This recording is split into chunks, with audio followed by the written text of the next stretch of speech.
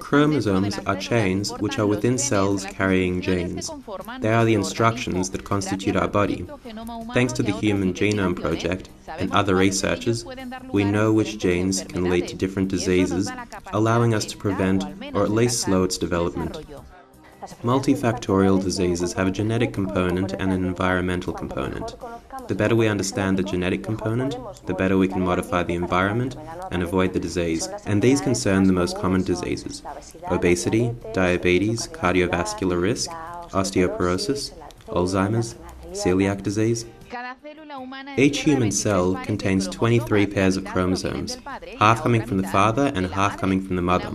A saliva sample, taken from the inside of the cheek, is sufficient to perform a genetic analysis. The candidates? Those who have a family history that raises suspicion. It is not a diagnosis. In this case, we are not diagnosing cancer. We are making a prediction of the risk to develop a disease. Some people prefer not to know, but some other people prefer knowing about it and to prevent the disease from appearing. We have several cases of patients with significant family history, where even siblings have developed diabetes before the age of 30. Yet one brother, taking good care of their life habits, has made it to over 50 years without the effects even arising. And that greatly enhances the quality and life expectancy. In some cases of specific diseases such as obesity, knowing the genetic involvement makes the treatment much more effective. Even the unwillingness to change lifestyle habits is common for many people suffering with obesity, and this is conditioned by genes. But none of this is crucial. Changing our habits is possible. This has made Dolores overweight. She had already thrown in the towel, but a personalized diet that takes her genetic profile into account has allowed her to lose 43 kilos in 10 months. She began in February this year. I was born almost 4 kilos or so. After 15 years, I began to gain weight, and then I made my first regime. Bad habits, junk food, lack of exercise, it adds up. Then dieting improves your quality of life. You feel better, but when you stop paying attention, you return to gaining weight, you tend to eat foods that you should not eat, and it all begins again.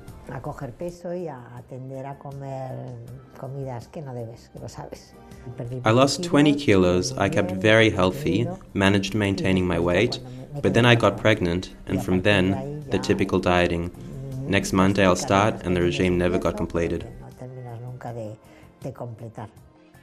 Over time, she had reached such a weight and thickness that her quality of life looked very shabby.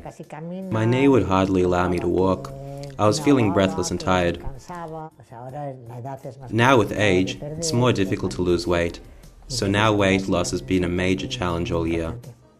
But what has she achieved so far? 43 kilos less and still losing weight, because genes influence what a body does. But this does not have to be decisive. It is a subject that interests me a lot because it has to do with genetics. Our past, present and future is extremely interesting. Of course, totally fascinating. And that research has been done to help us really know what we can inherit or not. One of the leading specialists is Dr. Dolores Saavedra, whom I greet and welcome. She is a medical geneticist and medical director of the laboratory Genyca Innova.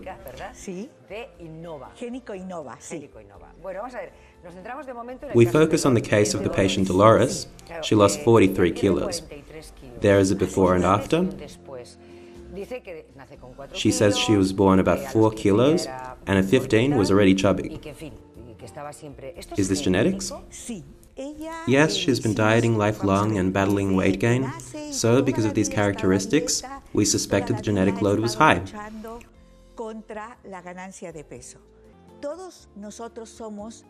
We are all the products of genes and environment. But it's not always half and half.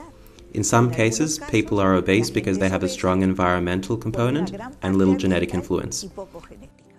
Or in Dolores' case, a high genetic load and less environmental factors. And the gene that makes her gain weight, can it be corrected? It's not a gene. I would like to specify that there are two types of genes. The major genes, in which there's a disturbance called mutation, which results in a disease, This is the traditional inheritance, Mendelian inheritance of rare diseases.